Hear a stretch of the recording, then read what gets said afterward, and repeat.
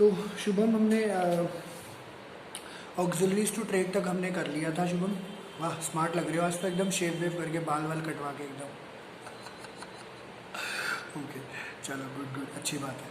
तो या शुभम हमने ऑक्सिलरीज टू ट्रेड कर लिया था, ठीक है। और अब जो है हमें ऑब्जेक्टिव वो बिजनेस करना है, मल्टीपल ऑब्जेक्टिव्स हैं, रिस्क कौन कौन से होते हैं बिजनेस में, और लास्ट में इन्होंने बिजनेस शुरू करने से पहले क्या क्या फैक्टर्स हमें कंसिडर करने हैं उसके बारे में बताया हुआ है, ठीक है। तो सबसे ऑब्जेक्टिव के बारे में बात करते हैं। तो शुभम मोस्ट जो इम्पॉर्टेंट ऑब्जेक्टिव बिजनेस का होता है वो होता है प्रॉफिट, ठीक है। बिना प्रॉफिट के तो किसी भी बिजनेस का सर्वाइवल नहीं है। तो ये तो इसको हम लोग बोल सकते हैं इकोनॉमिक ऑब्जेक्टिव बिजनेस का। बट प्रॉफिट के साथ साथ आपको ये भी देखना है कि बिना प्रॉफिट के सिर्फ काम नहीं किया जा सकता, आपको जो है लोगों का भला भी करना है। अगर आप प्रॉफिट कमा रहे हो तो आपको ये इंश्योर करके चलना है कि आप जो है लोगों को अच्छे प्रोडक्ट्स दो, अच्छी सर्विसेज दो, तभी वो आपके पास आएंगे। अगर वो ऐसा कुछ नहीं करोगे तो बिजनेस से आप हाथ खो बैठते हो या कस्टमर्स आप लूज़ कर देते हो, अल्टीमेटली बिजनेस एंड हो जाता है, ठीक है। इस तरीके से देखा जाए तो कहते हैं ऑब्जेक्टिव जो होता है बिजनेस का, मेरे पास एनसीईआरटी है तो मैं एनसीईआरटी से ही बता रहा हूँ, तुम्हारी बुक में मैं मार्क कर दूंगा बीच में आके कभी भी, ठीक है।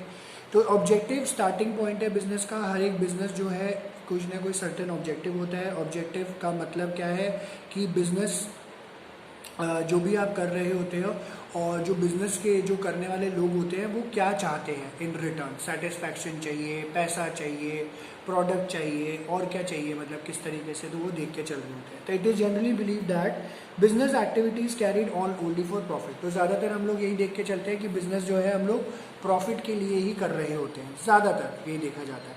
एंड उनका पर्पस ये होता है कि हम गुड्स एंड सर्विसेज बनाएं, गुड्स एंड सर्विसेज बना के हम लोग जो है उनको डिस्ट्रीब्यूट करें। हर एक बिजनेस जो है ये कर रहा होता है। यूजली बिजनेस का पर्पस यही होता है कि पैसा कम लगाया जाए और ज़्यादा से ज़्यादा जो है उसमें से निकाल लिया जाए, ठीक है। तुम भी यही चाहोगे कि मैं 1 लाख रुपए लगाऊं, मैं 10 लाख रुपए कमाऊं, मैं 1 करोड़ रुपए लगाऊं, मैं 10 करोड़ रुपए कमाऊं, ठीक है। सारे बिजनेस इस तरीके से ही कर रहे होते हैं, ठीक है। तो आप ये देखते हो हर महीने साल इस तरह देखते हो कितना पैसा मैंने लगाया आज इस महीने, कितना पैसा मैं कमा पाया, ठीक है, कितना प्रॉफिट हुआ या कितना नुकसान हुआ, ये आपको देख के चलना पड़ता है, ठीक है। और फिर उन्होंने बोला कि हर एक बिजनेस जो है आजकल ये भी रियलाइज कर रहा है कि हम लोग सोसाइटी का पार्ट है। बिजनेस आप सोसाइटी में कर रहे होते हो, सोसाइटी के लोगों के लिए। अब जैसे सिंपल सी बात है कि तुम हो, तुम्हें मैं कितना पुराना जानता था, हम लोग पढ़ के गए थे, तुम लोग से पढ़ा, आज वही से तुम रह रहे थे, हर साल बात होती थी। 11th में आए हो अब तो हम बैठ के वहीं पे जो है हम लोग फिर से क्लासेस रिज्यूम कर पा रहे हैं। तो और मैं भी सोसाइटी का पार्ट हूँ, तो मुझे लोगों का भी ध्यान रखना है। ऐसा नहीं है कि मैं जो है अपनी अपनी चलाता रहूँ, लोगों को ध्यान ना रखूँ। मुझे दोनों चीज़ें करनी है, मुझे अपना पैसा भी चाहिए, मुझे इंसान का ध्यान भी रखना है, दोनों चीज़ें करनी है, ठीक है। तो आपको सोशल रिस्पॉन्सिबिलिटीज या सोशल ऑब्जेक्टिव्स भी पूरे करने पड़ते हैं। सिर्फ प्रॉफिट कमा के आप सर्वाइव नहीं कर सकते हैं और आप सोशल वेलफेयर या सोशल ऑब्जेक्टिव को पूरा नहीं कर सकते, ऐसा भी नहीं होता। हर एक बिजनेस को ये देखना है कि जो भी उसने पैसा लगाया है उससे प्रॉफिट तो वो निकाले, जो कि एसेंशियल पार्ट है। प्रॉफिट के बिना काम ही नहीं कर सकते आप। प्रॉफिट क्यों चाहिए? क्योंकि सोर्स ऑफ इनकम है। प्रॉफिट क्यों चाहिए? क्योंकि पैसा आएगा तो और काम बढ़ा सकते हो। प्रॉफिट क्यों चाहिए? बिकॉज प्रॉफिट क्यों हो रहा है आपको या क्यों मिल रहा है? बिकॉज सोसाइटी या गुड्स जो भी आप प्रोड्यूस या सर्विसेज आप प्रोड्यूस कर रहे हो उसमें सोसाइटी आपको जो एक्सेप्ट कर रही है कि भैया अच्छे गुड्स बनाते हैं। एंड प्रॉफिट से आपकी बिजनेस की रेपुटेशन भी बढ़ती है, ठीक है। इस तरीके से चीज़ों, अब जैसे मुझे याद है मैं तुम्हारे पास आता था तो मैं बिल्कुल, मेरा छोटा सा एक कमरे का सेंटर होता था तब, ठीक है। फिर उसको एक कमरे से मैं एक फ्लोर पे लेके गया, 2 कमरे किए, फिर ऑफिस लिया अलग से, फिर दूसरी बिल्डिंग में चला गया। आज मैं जहाँ बैठा हूँ वहाँ पे अच्छा खासा बहुत बड़ा फ्लोर है। तो मैं धीरे धीरे ग्रो कर रहा हूँ क्योंकि लोग मुझे अप्रूव कर रहे हैं, ठीक है, इस तरीके से। तो ये हर बिजनेस के साथ होता है, ठीक है। आगे भी ग्रो करूँगा धीरे धीरे। तो हम लोग सिर्फ प्रॉफिट के ऊपर ध्यान नहीं दे सकते। प्रॉफिट अर्न करो, बहुत ज़्यादा अर्न करो, बट अगर सिर्फ प्रॉफिट ही अर्न करोगे तो वो डेंजरस हो सकता है। आप अगर सिर्फ प्रॉफिट कमाने में लगो, अगर आप कस्टमर को निगलेक्ट कर देते हो, एम्प्लॉय को निगलेक्ट कर देते हो, अपने इन्वेस्टर्स को निगलेक्ट कर देते हो और सोसाइटी को, तो आपका बिजनेस जो है लंबे टाइम तक सर्वाइव नहीं कर सकता, ठीक है। आपको लोग कोऑपरेट नहीं करेंगे। आप अगर अच्छी प्रैक्टिसेस नहीं कर रहे हो, आप अच्छे गुड्स नहीं बना रहे हो, अच्छी सर्विसेज नहीं दे रहे हो, तो आप जो है बिजनेस भी खो दोगे, प्रॉफिट भी खो दोगे। इसी रीज़न की वजह से जिस भी तरीके का बिजनेस हो ऑब्जेक्टिव प्रॉफिट का होना चाहिए, बट उसके साथ साथ सोशल ऑब्जेक्टिव्स भी होने चाहिए, वो सारे ऑब्जेक्टिव जो कि सोसाइटल पॉइंट ऑफ व्यू से देखा जाए। ठीक है, ये इन्होंने यहाँ पे बात बताई। तो कौन सी दो चीज़ें शुभम जो ज़्यादा ज़रूरी है? प्रॉफिट एंड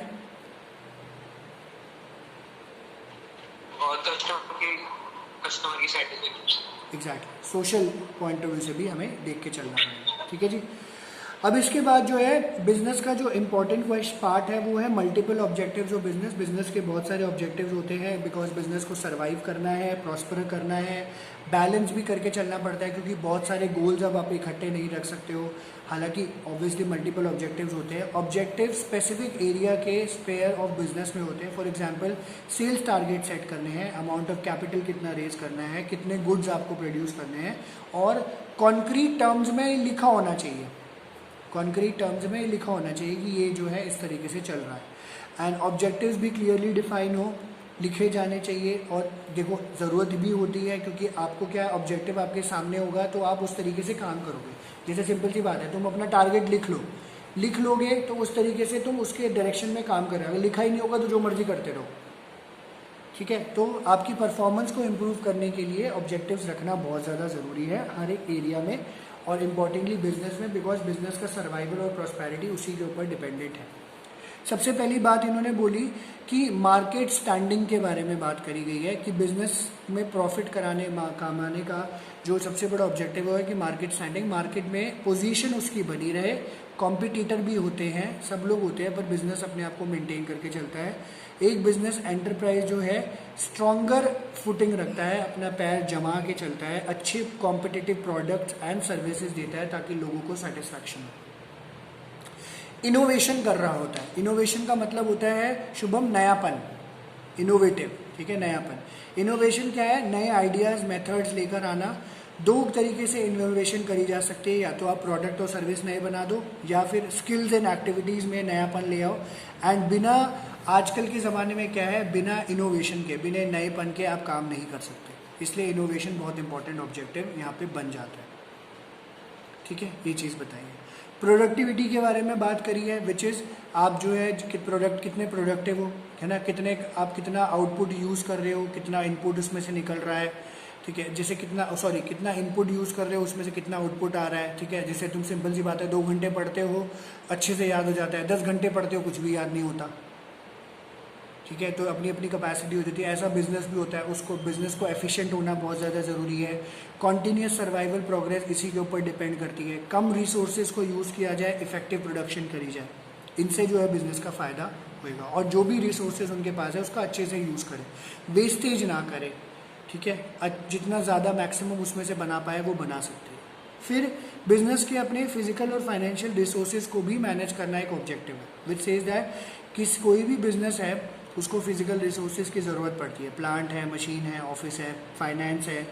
ठीक है, और ऑब्वियसली ये सब क्यों ज़रूरत होती है? ताकि वो गुड्स एंड सर्विसेज अच्छे से बना पाए। And the business enterprise must aim at acquiring resources according to their requirements and use efficiently. उसको अच्छे से यूज़ करे। ठीक है, चाहे वो पैसा है, चाहे आपका रॉ मटेरियल है। ठीक है, सिंपल सी बात है, दोनों चीज़ें आपको ढंग से यूज़ करनी है। प्रॉफिट अर्न करना है, ये तो करना ही करना है डेफिनेटली, इसके बिना तो ज़िंदगी में कुछ नहीं हो सकता। ठीक है, तो one of the objective for business to earn profit on the capital employ. Profitability refers to profit in relation to capital investment. कितना पैसा लगाया, कितना पैसा कमाओगे। हर एक बिजनेस को एक रीजनेबल अमाउंट का प्रॉफिट अर्न करना ज़रूरी है ताकि उसका सर्वाइवल एंड ग्रोथ बना रहे। ठीक है, इस तरीके से। फिर मैनेजर परफॉर्मेंस एंड डेवलपमेंट, ये भी बोला गया है। तो business enterprise need managers to conduct and coordinate business activity. Various programmes for motivating managers need to be implemented. तो ऑब्वियसली क्या होता है, सिर्फ आप ही काम नहीं कर रहे होते, आपके एम्प्लॉयज़ हैं, आपके मैनेजर्स हैं, वो भी काम कर रहे होते हैं। उनको भी जो है डेवलप करना ज़रूरी है, उनको भी मोटिवेट करना ज़रूरी है, उनको भी इन्वॉल्व करना ज़रूरी है।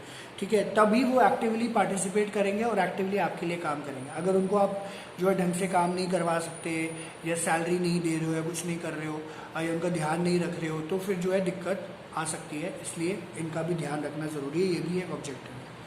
और वर्कर के परफॉर्मेंस एंड एटीट्यूड को भी आपको देखना है, जो कि मैंने आपको बोल ही दिया। ठीक है, चाहे मैनेजर है, मैनेजर तो ऑब्वियसली मैनेजर एक्टिविटीज़ करता है। वर्कर बड़े जीरो लेवल पे काम कर रहा होता है, उसको मशीन चलाना आता है। ठीक है, तो उसको उसको उस हिसाब से हैंडल करना पड़ता है, वो कितना कंट्रीब्यूट कर रहा है, कितना प्रोडक्टिव है, उसका सब कुछ ठीक है, अच्छे से काम कर पा रहा है कि नहीं कर पा रहा है, उसका पॉजिटिव एटीट्यूड बना हुआ है कि नहीं बना हुआ है कंपनी की तरफ। तो ये सब चीज़ें हमें मैटर करनी पड़ती है। एंड अल्टीमेटली जो है बिजनेस का ऑब्जेक्टिव वो है सोशल रिस्पॉन्सिबिलिटी। ठीक है, तो सोसाइटल पॉइंट ऑफ व्यू से ये ऑब्लिगेशन है कि सोसाइटी में जो भी है आपको कंट्रीब्यूट करना पड़ता है, और सोशली डिज़ायरेबल मैनर में ही में आप करोगे। ऐसा नहीं है किसी की जेब काट ली, ठीक है, ज़्यादा कुछ कर लिया, या फिर जो है ऐसा नहीं है कि आप जो है अच्छा प्रॉफिट कमा तो ज़रूर रहे हो पर बहुत घटिया घटिया प्रोडक्ट्स बना के दे रहे हो, ठीक है, कंपनी का नाम खराब हो रहा है। तो ये ऐसी चीज़ें आपको नहीं करनी। तो ये मल्टीपल ऑब्जेक्टिव जो है किसी भी बिजनेस इंडिविजुअल या ग्रुप की जो है ज़रूरतों को पूरा कर देता है। ठीक है, जिसमें इन्होंने मार्केट स्टैंडिंग, इनोवेशन, नयापन, productivity, physical financial resource, earning profit, manager performance, worker performance and social responsibility, ये सारी चीज़ें बताई। ठीक है जी।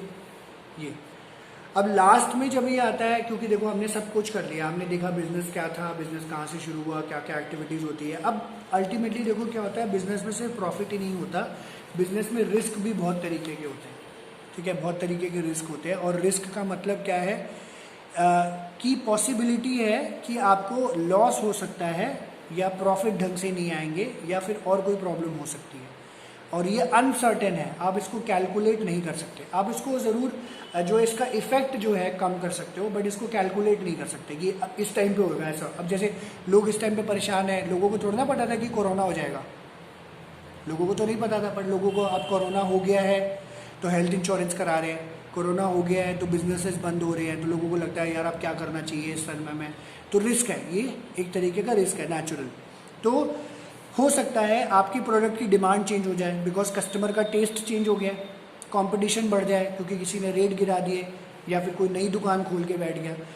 अगर डिमांड कम है तो सेल्स नहीं होगी, प्रॉफिट नहीं होगा, इसकी वजह से जो है आप जो है अच्छा से कमा नहीं पाओगे। अगर मार्केट में रॉ मटेरियल नहीं है तो फिर दिक्कत है। अलग अलग तरीके से जो है चीज़ें हो जाती है, जिसकी वजह से आपका नुकसान किसी न किसी वजह से हो सकता है। एंड बिजनेस एनवायरनमेंट जो है एंटरप्राइज, उसमें दो तरीके के रिस्क होते हैं। एक तो स्पेक्युलेटिव रिस्क होता है, और एक जो है आपका प्योर रिस्क होता है। दो तरीके के रिस्क होते हैं, speculative risk and pure risk. Speculative risk क्या कहता है, जहां पे आपको ऐसा लगता है कि नुकसान भी हो सकता है, फायदा भी हो सकता है।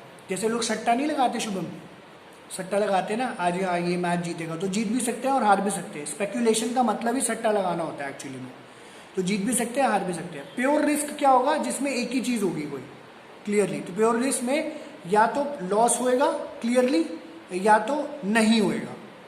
आप क्लियरली स्पेसिफाई कर देते हो, क्लियरली स्पेसिफाई। ठीक है, तो ये इन्होंने बताया। तो जैसे क्या कहते हैं, स्पेक्युलेटिव रिस्क में पॉसिबिलिटी ऑफ गेन भी है, फायदा भी हो सकता है, नुकसान भी हो सकता है।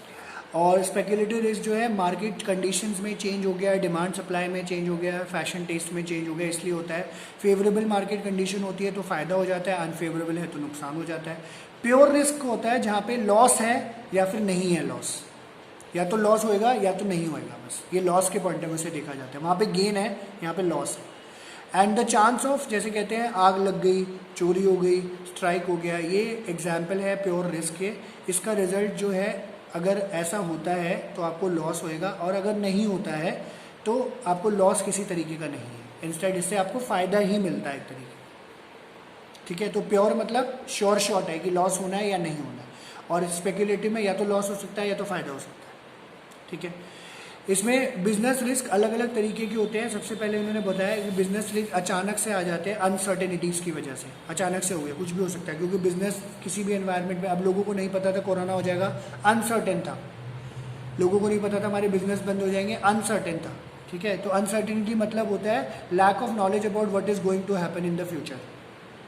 क्या होगा फ्यूचर में, नेचुरल कैलामिटी है, प्राइस में चेंज है, टेक्नोलॉजी में चेंज है, गवर्नमेंट की पॉलिसी में चेंज है, जिसकी वजह से बिजनेस के ऊपर रिस्क बहुत ज़्यादा बढ़ जाता है। ठीक है, दूसरी चीज़, रिस्क हर बिजनेस में होता है, हर बिजनेस में। कोई रिक्शा चला रहा है, ठीक है, वहाँ से चलाने, कोई बड़ी बड़ी एंटरप्राइज चला रहा है, वहाँ से लेकर सब जगह रिस्क होता है। हर जगह हर किसी न किसी लेवल का रिस्क है, और डिपेंड करता है कि कौन से लेवल पे आप जो है बिजनेस कर रहे हो। बहुत बड़ा बिजनेस है, बहुत बड़ा रिस्क होएगा, छोटा बिजनेस है, कम रिस्क होएगा। और रिस्क को आप मिनिमाइज कर सकते हो, ख़त्म नहीं कर सकते। मिनिमाइज कर सकते हो, ख़त्म नहीं कर सकते। तो degree of risk depends mainly upon the nature and size of business. Nature third इन्होंने यही बोला कि डिग्री ऑफ रिस्क जो है डिपेंड करती है आपका साइज का बिजनेस क्या है, ये मैंने तुम्हें बता दिया। अगर बहुत बड़ा बिजनेस है तो बहुत बड़ा लॉस हो सकता है या रिस्क हो सकता है, बट बहुत छोटा बिजनेस है तो छोटे तरीके पर उसको भी रिस्क होएगा, उसको भी लॉस हो सकता है, ठीक है। कहते हैं profit is the reward for risk taking. अगर आप रिस्क ले रहे हो उसका रिवॉर्ड क्या है? प्रॉफिट, ठीक है। शुभम के पास पैसा था 10 लाख रुपए, उसने बोला शुभम को किसी ने 20 लाख रुपए का ऑर्डर दे दिया। अब वो काम तो 10 लाख से ही करता है, उसने बोला 20 लाख रुपए मैं कैश दूंगा, मेरे को काम करके दे दो। शुभम जानता है उसको, इधर उधर से अरेंज करके दे दिया। क्यों? क्योंकि उस 20 लाख के काम में 5 लाख रुपए बच रहे थे, तो कायदे से वो 10 लाख भी रिकवर हो गए, तो 20 के 25 बन गए वो एक तरीके के, कायदे से देखा जाओ तो आप उसका रिस्क लेते हो। तो जिस भी तरीके का होगा, क्योंकि कहते हैं no risk no gain is an old principle. Greater the risk involve greater the higher chances of profit and entrepreneur undertake risk under the expectation of higher profit. Profit is the reward for risk taking. तो आप इसमें risk की venture किसी न किसी तरीके से उठा लेते हो, ठीक है। ये है नेचर ऑफ बिजनेस रिस्क, ठीक है। अब जो है इन्होंने बताया कि बिजनेस रिस्क के बहुत सारे कॉजेज भी होते हैं, क्योंकि रिस्क तो कहीं से भी हो सकता है। सबसे पहले इन्होंने बोला नेचुरल कॉजेज, बाढ़ आ गई, तूफान आ गया, हरिकेन आ गया, सुनामी आ गई, कोरोना आ गया, फेमाइन आ गई, रिस्क है ना। कोई खेती बाड़ी करता है, बाढ़ आ गई, सारी फसल खराब हो गई, रिस्क है। सूखा पड़ गया, रिस्क है, ठीक है। ह्यूमन कॉजेज क्या है? आप कोई चोरी चकारी कर लेता है, डिसऑनेस्ट होता है, carelessness employees, stoppage of work, strike, failure, ये सारा ह्यूमन कॉज है। ये आपको लर्न करना है, बिकॉज इसमें एप्लीकेशन बेस्ड क्वेश्चन आ जाता है। आपको कोई सिचुएशन दे देंगे, और इम्पॉर्टेंट तो सारा ही है, आपको कोई सिचुएशन दे देंगे और उस हिसाब से आपको बताना होगा कि कौन सा रिस्क, ठीक है। फिर इकोनॉमिक कॉजेज है। इकोनॉमिक कॉजेज जो सरकार की वजह से होता है या जो इकोनॉमी की वजह से भी होता है, जिसमें उन्होंने बोला कॉम्पिटिशन आ गया, और जो है चेंज ऑफ टेक्नोलॉजी हो गया, चेंज ऑफ मेथड्स में चेंज हो गया, फाइनेंशियल प्रॉब्लम हो गई, सरकार ने टैक्स रेट चेंज कर दिया, काफ़ी सारे इश्यूज यहाँ पे कवर हो जाते हैं। एंड अदर कॉजेज में क्या होता है? Political disturbances, mechanical failure, exchange rate में चेंज, कुछ भी जो है अलग अलग तरीके से अदर कॉजेज में ये कवर हो जाता है। तो ये रिस्क है जो कि आप देख के चलते हो। नेचुरल वाला तो हमें पता ही है, छोटी क्लासेस में पढ़ाई है, ह्यूमन कॉजेज बता दिए, इकोनॉमिक बता दिए, और अदर कॉजेज। तो ये पूरा टॉपिक आपका रिस्क का है, ठीक है। शुभम समझ आया शुभम इसमें, या कुछ पूछना है?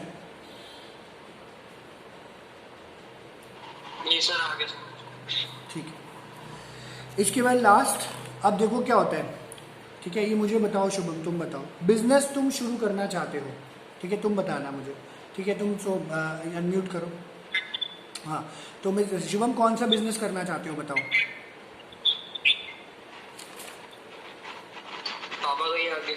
पापा का आगे, ठीक है। तुम बोलो कि मैंने पापा वाली लाइन का कोई बिजनेस करना है, ठीक है। तो तुमने चूज कर लिया, ठीक है। अब उसके लिए तुम्हें आगे क्या करना पड़ेगा? फॉर एग्जांपल तुम्हें अलग करना है, अलग कोई बिजनेस अलग करना है, पापा वाला ही तो ऐसे अलग करना है। तो सबसे पहले तुम्हें क्या चाहिए होगा?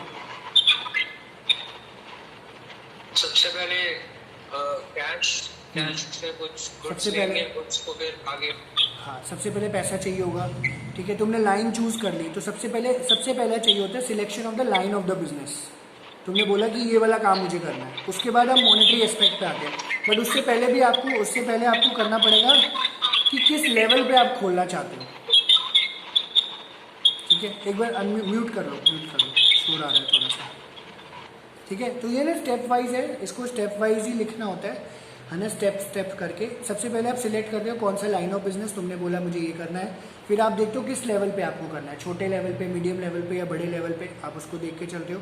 फिर आप कौन से टाइप की ओनरशिप रखना चाहते हो, आप अकेले ओनर रहना चाहते हो, या आपको पार्टनरशिप करनी है, या आपको प्राइवेट लिमिटेड कंपनी बनानी है, या आपको पब्लिक लिमिटेड कंपनी बनानी है, आप उस तरीके से देख के चलोगे, ठीक है। जो कंपनी चूज करोगे सबकी लीगल फॉर्मेलिटीज अलग अलग है। फिर कहाँ पे बनाओगे, कहाँ पे बिजनेस चलाओगे? हरिनगर में, सुभाष नगर में, और कहीं पे डाबड़ी में, और कहीं पे द्वारका में, या कहीं मंडवा इंडस्ट्रियल एरिया में आपको देखना है। और ये ऐसी जगह चूज करते हो जहाँ पे आपको लेबर, इलेक्ट्रिसिटी, सब चीज़ें मिल जाए आराम से। फिर उसके लिए आपको फाइनेंस चाहिए, पैसा। फिर बात आती है पैसे की, तो आपके पास अपना कैश है तो अपना लगाओ, वरना बैंक से लोन लो, वरना रिश्तेदारों से लोन लो, वरना दोस्तों यारों से लोन लो, इस तरीके से देखा जाता है। फिर फिजिकल फैसिलिटीज़ आप देखते हो, तो आपको अपने बिजनेस में काम करने के लिए क्या क्या चाहिए, लैंड चाहिए, बिल्डिंग चाहिए, मशीनरी चाहिए, एम्प्लॉयज़ चाहिए, ये सब चीज़ें आपको चाहिए होंगी तो ताकि आपका बिजनेस जो है कॉन्टीन्यूटी में बना रहे। ठीक है, प्लांट का लेआउट कैसे होएगा, कहाँ पे होएगा, कैसे होएगा, किस तरीके का अरेंजमेंट होगा, किस तरीके से काम होएगा, कहाँ पे मशीन होगी, कहाँ पे नहीं होगी, सब बताना होता है। फिर आपका वर्क फोर्स होना चाहिए जो उसको संभाल सके, आपको मैनेजर की ज़रूरत है, आपको लेबर की ज़रूरत है जो उसको काम को कर सके, प्रॉपर नॉलेज होनी चाहिए उसकी, बिकॉज अगर नॉलेजेबल बंदा नहीं होएगा तो आपको नुकसान हो सकता है। ठीक है, एंड फिर आप टैक्स प्लानिंग भी करते हो, जैसे आपको जीएसटी लेना है, आपका इनकम टैक्स कितना जाएगा, आपका जीएसटी कितना जाएगा, सब आपको देख के चलना पड़ता है। एंड फाइनली जो है आप अपनी कंपनी को लॉन्च कर देते हो। ठीक है, ये चीज़ यहाँ पे बताई। तो ये मैंने पॉइंट्स पढ़े हैं शुभम, तुम्हारी बुक में भी ये लिखे होंगे।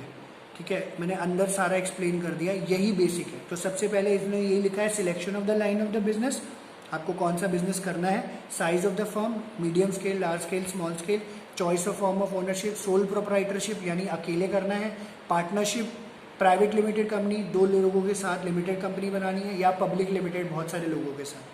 ठीक है, सारी लीगल फॉर्मेलिटीज़ पूरी करके। फिर लोकेशन कहाँ पे होगी, अगर बहुत इंटीरियर में चले जाते हो जहाँ पे कुछ नहीं है तो कॉस्ट ऑफ प्रोडक्शन बढ़ जाएगा, जहाँ पे सब चीज़ों की अवेलेबिलिटी है कॉस्ट ऑफ प्रोडक्शन कम रहेगा, सब देखना पड़ता है। फाइनेंसिंग द प्रपोजिशन, फिर वही है, पैसा कहाँ से आएगा, कौन लगाएगा, खुद के पास पैसा है, बैंक से लेना है, दोस्तों यारों से, रिश्तेदारों से, हर तरीके से जो है आप उसको देख के चलोगे। फिजिकल फैसिलिटीज़ होती है, मशीन, बिल्डिंग, सर्विसेज, ये सब चीज़ें आप देख के चलोगे, कहाँ कहाँ कैसे कैसे लगेगी। प्लांट का फिर डिज़ाइन करोगे, जहाँ पे ज़रूरत होगी वहाँ प्लांट डिज़ाइन करते हो, जहाँ नहीं होगी तो नहीं करोगे। ठीक है, और सबसे इम्पोर्टेंट आपकी वर्कर बहुत अच्छे से काम करती रहनी चाहिए। ठीक है, और वो कमिटेड होना चाहिए, डेडिकेटेड होना चाहिए, जो काम आप बोल रहे हो करना चाहिए, जो आप बोलते हो, जो एक्सपेक्टेशन है आपकी वो क्लियर वो करे। ठीक है, इस तरीके से। फिर टैक्स प्लानिंग करते हो तो आजकल जैसे टैक्स प्लानिंग पहले ही हो जाती है, कंपनी करते हो जीएसटी रजिस्ट्रेशन कराना पड़ता है, इनकम टैक्स में आपको कराना पड़ता है कि भैया कल को जो है आपको जीएसटी वगैरह देना हो, तो उस तरीके से आप काम कर पाते हो। एंड फिर फाइनली आप अपनी कंपनी को लॉन्च कर देते हो। आई बात समझ? तो ये पॉइंट एनसीईआरटी में भी दिए हैं, तुम्हारी बुक में भी दिया होगा, जैसे ये सारे पॉइंट यहाँ पे दिए होंगे तुम्हारी बुक में भी, शायद सुभाष डे में पीछे के पन्ने पे है, choice of the selection of business करके है, starting a business basic factors करके, basic factors to start the business करके कोई होगा टॉपिक, उसमें दिया हुआ है सारे पॉइंट्स।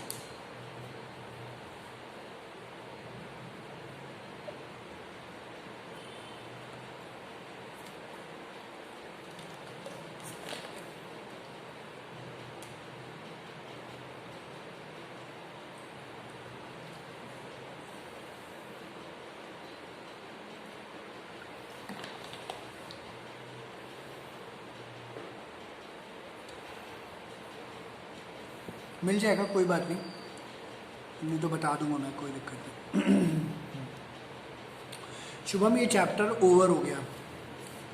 ठीक है, अब एक बार नज़र मार लो, इसमें से कुछ तुम्हें पूछना है, एक बार ऐसे गो थ्रू कर लो कि कोई ऐसा एरिया जो तुम्हें पूछने वाला हो।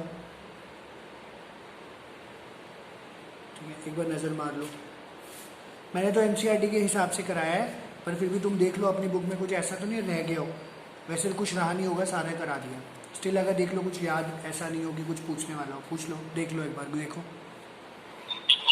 अभी आपने बोला था कि अगर जब बिजनेस स्टार्ट करना है तो हमें बैंक से लोन लेना होगा, बट जब बिजनेस नहीं होता तो बैंक भी लोन नहीं देती ना, मतलब कुछ हाँ देना होता है। वो प्रोजेक्ट हाँ करना पड़ता है, बिल्कुल वो भी प्रोविजन है, बट यहाँ पे डायरेक्टली लिखा हुआ है।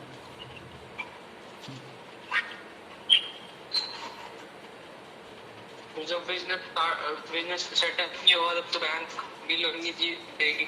हाँ, तो प्रोजेक्ट के ऊपर होता है ना, कई बार आप पूरा प्रोजेक्ट दिखा देते हो, तो जैसे कई लोग थोड़ा बहुत अपना पैसा लगा के फिर बैंक को दिखा देते हैं, फिर और फंड्स ले लेते हैं।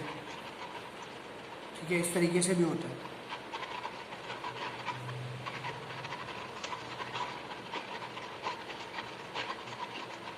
ठीक है शुभम, कुछ क्या हुआ, कोई डाउट है इसमें भी? नहीं, वीडियो लग गई। अच्छा, अब ठीक है, देख लो एक बार, देख लो।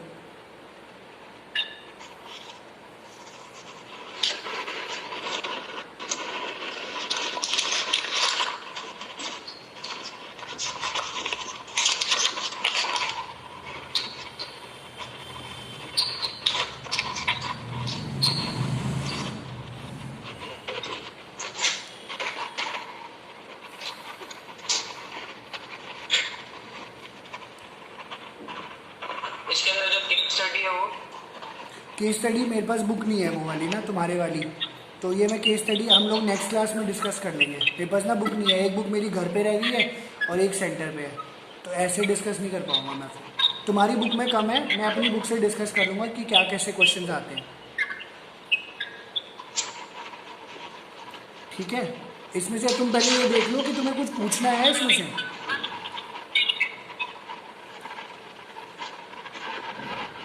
क्या आगे कीजिए। मैं कह रहा हूँ इसमें से कुछ पूछना है तुम्हें, ये बोल रहा हूँ मैं। देख लो, एक बार नज़र मार लो। नहीं। ठीक है, ठीक है, चलो फिर क्लास फिर बंद करते हैं, कोई दिक्कत नहीं। ठीक है, तो इसको दोबारा पढ़ लेना, अगली क्लास में इसकी केस स्टडीज डिस्कस करेंगे फिर। ओके। ठीक है, ठीक है।